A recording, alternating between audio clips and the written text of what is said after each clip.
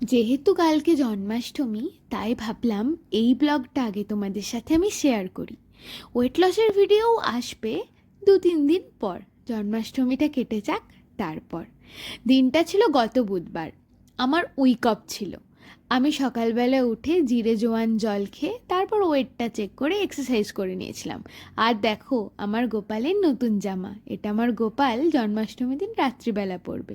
তারপর যেখানে আমার গোপাল এবং বাকি ঠাকুরগুলো থাকে সেই জায়গাটা একটু পরিষ্কার করে নিচ্ছিলাম।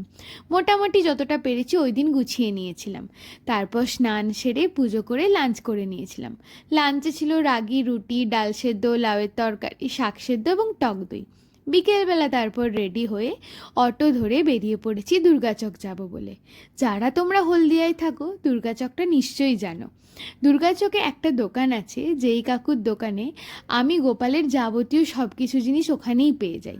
প্রতি বছর জন্মাষ্টমীর আগে আমি ওই দোকানটিতে যাই। দোকানটি হচ্ছে একদম সুপার মার্কেটের পাশে, রাধাশ্যাম জুয়েলারির অপোজিটে। এই দোকানে আমি প্রায় প্ল্যান করেই গেছিলাম, যতটুকু যা পারবো আমার পুজোর মোটামুটি যা যা ইম্পর্টেন্ট জিনিস আছে আমি ওখান থেকে ওই দিনই মোটামুটি সব কিছু কালেক্ট করে নেব।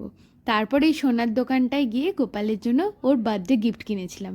তারপর এই সুন্দর সুন্দর ফুলগুলো দেখে লোভ আর সামলাতে পারিনি। ডালের বড়া খেতে খেতে চলে এলাম আমার কোয়ার্টারে। আর গোপালের জন্য কি কিনেছি দেখবে? এই দেখো, এই রূপোর মুকুটটা এবং এই রূপোর বাঁশিটা কেমন হয়েছে তোমরা অবশ্যই কমেন্ট সেকশনে জানিও। আজকের মতো এতটাই।